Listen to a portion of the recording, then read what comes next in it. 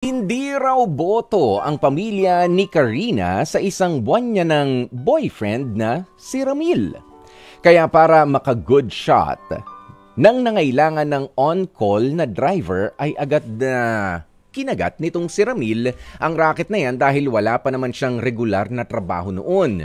Ang kaso mga kapatid, na makakuha na nga ng regular na trabaho naman itong si Ramil, si tita raw nitong si Karina, galit na galit kesyo mas matimbang na raw ang regular na trabaho ni Ramil kesa sa pagmamahal niya sa kanyang pamangkin na si Karina. Ba't naman kaya nagkaganon? Kaya kakausapin na natin si Ramil ng Manila. Hello Ramil, magandang tanghali sa'yo pare. Magandang tanghali po. Ikaw ba ay nasa likod ng manibela habang kausap kita? Baka delikado ha, hindi naman? Hindi naman po. Nanananghalian lang po ako. Ayun, okay. Ano ba ulam? Menudo tapos sisig. Menudo tsaka sisig, vegetarian ka no? Vegan. Kay vegan kita. Okay. Sige, Ramil, gano'n na kayo katagal ni Karina? Tama ba? Isang buwan pa lang ngayon as we speak? As far as I know. O isang buwan nung nangyari ito na galit si tita. Ramil? Opo. Oo. Isang buwan nung magalit si tita o isang buwan pa lang talaga kayo as in ngayon? Isang buwan lang kami ni Karina. Mm-hmm. Pero nung recent lang, nagalit. Nagsusumpong si tita. Naku po. Ayan. Si tita ba na tinatawag niya ay tiyahin talaga nakadugo o papaano? Doon ba siya naninirahan sa kamag-anak? Para sa hindi ko masyado alam basta yun yung hindi mo masyado parang alam kung yun bakit. Na lang, tita tawag niya, tita rin tawag ko sa kanya, parang ganun. Doon siya nakatira sa bahay na yun. Doon siya nanunuluyan. Paaral, ganyan, hindi mo pa alam. So bagong-bago lang talaga kayo, hindi mo alam kung talaga magkadugo sila no? Okay. And lang naman, nagiging mabuting tao lang tayo sa lahat. Oo. Ikaw ba, ano na ba ang regular na trabaho mo ngayon, Ramil? Ano po ako ngayon software engineer. Ayan. At yung yun, kaya hindi ko na rin maharap yung yung pagmamaneho na on-call. Oo. So, nagkakataon na kontik yung schedule sa mga meeting. Okay. Sige, bakit ba kailangan naman ng driver nitong tiyahin ni Karina? Ganun ba siya ka-busy? Mayat maya ba ang punta kung saang mga lugar? Minsan para akong nagiging boy hindi ganun talaga. Ganito sa palengke. Minsan trip nila maglagaw-lagaw. Ano yung lagaw-lagaw? Maggala. Maggala-gala. Okay. Yun. Ako mag-drive. Gaano kadalas gaano mo katagal ginawa yan na on-call ka na driver? Around 3 weeks. Natuloy-tuloy yan. In a week's time, halos araw-araw meron kayong gawa. Okay? Merong biyahe. Inom ka nga muna ng tubig pa. Parang ayan, hindi ngumunguya talaga oras ng pagkain ngayon. Gutom na rin itong si Ramil, Ayan, pero ito Ramil, tumatanggap ka, natural, doon sa pagda-drive mo yan. Hindi naman nagpapag-good shot ka lang. Honestly, wala akong natanggap. Lang, honesty, napormahan ko lang siya, kaya wala man lang walang konsuelo de bobo na ito mo 500 para may maiuwi ka naman para sa abala sa maghapon. Minsan na lang dinadaan na lang sa kung may pagkain sila kain din ako. Kainin nila. Parang ganun na lang yung parang nagiging pakonsuelo ko. Yun na lang ang pakonsuelo. Parang pero O, nandun na tayo. So, hindi ka naman pala nagpabayad doon sa pagseserbisyo mo sa kanila. Tama? Okay. Sige. Isa yan eh. Di ba? Kasi kung nagpabayad ka, racket yun. Trabaho yun. Pero kung ganyan pala, pinakiusapan ka lang na ikaw ay magmane-maneho. So, itong si Karina ba ay girlfriend mo na talaga o nililigawan pa lang? Sabi mo kasi kanina, pinopormahan mo lang eh. Parang dito?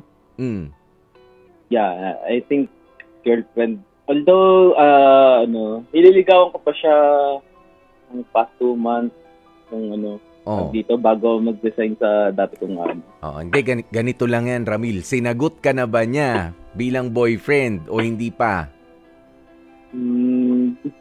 Nasagot niya na. Nasagot na. Eh di girlfriend mo na nga, itong si Karina. Okay, sige. Ito ba si Karina kapag ka umaalis kayo, kasama rin siya? Madalas? O hindi? May times na oo, may times na hindi. Usually, pagka-gala. Yeah, siya. Pagkapagala-gala, yan, nakakasama naman itong si Karina. Okay, sige. O, punta na tayo nga dito kay tita. O, bakit? Paano ba yung galit niya? Baka naman nagtatampo lang, baka nangangantsaw lang. Ikaw naman, Ramil, katrabaho ka na, hindi mo na kami maipagmaneho. Baka yung mga kantsaw lang, hindi naman yung galit na galit. Nagsimula sa pakantsaw-kantsaw. Nataon din kasi na may bigat din yung gawain ko sa pinakatrabaho ko. Yun, medyo nanunumbat na. Hindi ko naman Kasi, natural, matatanggap. Kailangan ng matatanggap. Correct. Hindi.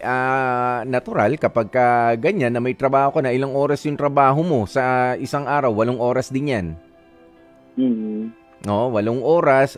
Siyempre, pagod ka na rin at yung pagmamaneho sa kanila ay hindi naman ganun. Pero yung pagkantsaw-kantsaw kasi, okay lang yan. From time to time, kantsaw, parang biro lang yan. Huwag siseryosohin. Alam mo naman yun, Ramil, hindi naman ikaw yung pikunin. Hindi naman. So alam mo yung difference nung kantsaw doon sa seryoso na nanunumbat na. Ano na yung sinusumbat sa'yo? Tipong hindi na daw ako mautos. Tumataon kasi na tag dito. Napaparami miss call niya. Nataon na may scheduled meeting din ako nung time na yun. Kaya ikaw, hindi ko naman kliyente yun Ramil, di ko malaman kung iiyak ka o tumatawa ka. Laugh trip, ha?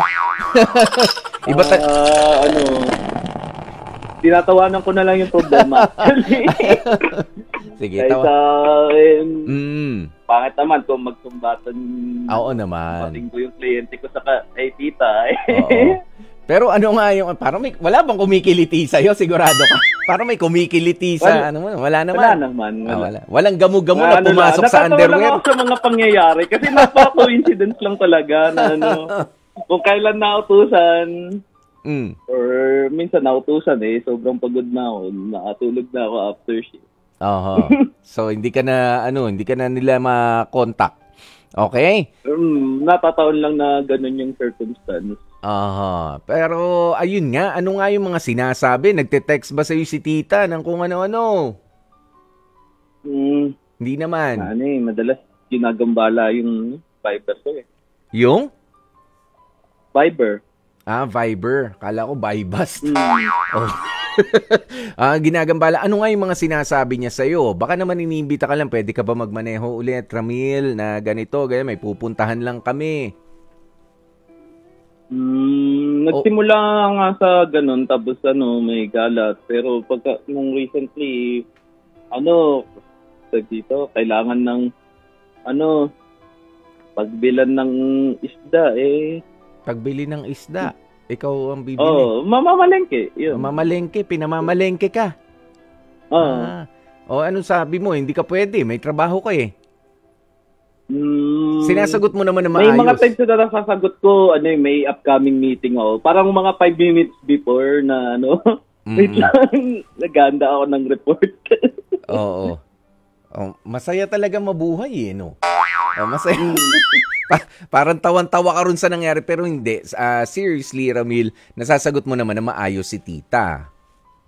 May mga times na hindi talaga kasi kaharap ko yung meeting. Pero kumusta na kayo ni Karina ngayon? Medyo cold siya lately. Dahil? Dahil ba doon? Dahil di ka na nakapag-drive para sa kanila? Siguro hindi lang sa doon. Less ko na, minsanan ko na rin siya makita recently due to, napabusy sa work. Okay. Ayan, pero ikaw, hindi naman pwedeng sabi mo nga kanina gusto ko lang tawanan yung problema, di problema rin yan sa inyo ni Karina, and hopefully hindi mo naman tinatawanan yung ganyan mga issues din naman nitong yan, hindi girlfriend mo. Kasi dito, yun, pinaghirapan ko Ligawan yun Oo. Oo, hindi pwedeng basta tawa-tawa lang ang sasagot mo ron kapag nagre-reklamo na siya. Ayan, pero basahin muna natin ang ilan sa mga komento ng ating mga kapatid. Sabi ni Klang Klang, siguro feeling ng tita niya is parang naagawan sila ng oras kasi alam nila na medyo kailangan o natutulungan sila ni Ramil. Then sa time na kailangan si Ramil, wala, hindi na siya mahagilap. Kaya yun, pagbubunto ng tuloy naman si Karina. O hindi naman napapagalitan si Karina kapag hindi ka pumapayag. Hindi naman. Di naman as far as I know. Or baka dahil recently hindi ko na rin siya makausap. Gawa ng pagiging busy sa trabaho. Okay. Sige. O yan. O maganda siguro sabihin mo na lang kung driver ang kailangan. Driver talaga na on call. At ikaw naman nagbagandang loob lang pala nun. Hindi naman sigurado naman Ramila, hindi naman nagpapa-impress ka lang rin sa kanila pero hindi naman dahil sa hindi ka naaabutan kahit papaano for the trouble, para sa abala, hindi naman sa ganun, di ba? Talagang bukal naman sa loob mo yung pagtulong sa kanila noong wala ka pang regular na trabaho. Tama? Yun. Ayun. Sige. Meron ka bang gustong sabihin ngayon para kay tita naman na kinukulit at nagtatampo-tampo sa'yo? Tita, sorry na. Yun lang. Ayoko. Sumagot si tita. Ayoko. Pag-drive mo ko. Ramil, pag-drive mo ko. Ayoko. Sige na. Sige na. Grabe. Mas malala pa magsumpong kaysa kay Karina. Para kayo. Yun nga basta yan. Maraming salamat sa iyo Ramil. Pero ang ayusin mo yung kay Karina. Ayusin mo yung relasyon nyo. Yung kinatita siguro naman nagawa mo na yung parte mo. At hanggang doon na muna yun. Basta you make yourself present naman. Make them feel your presence. Kapag may oras ka, may panahon ka, kahit pa may trabaho ka, ganun yun Kailangan din na build natin yung foundation, yung relationship natin doon sa mga taong nakapaligid sa mahal natin. Huwag mo namang kalilimutan yan, okay?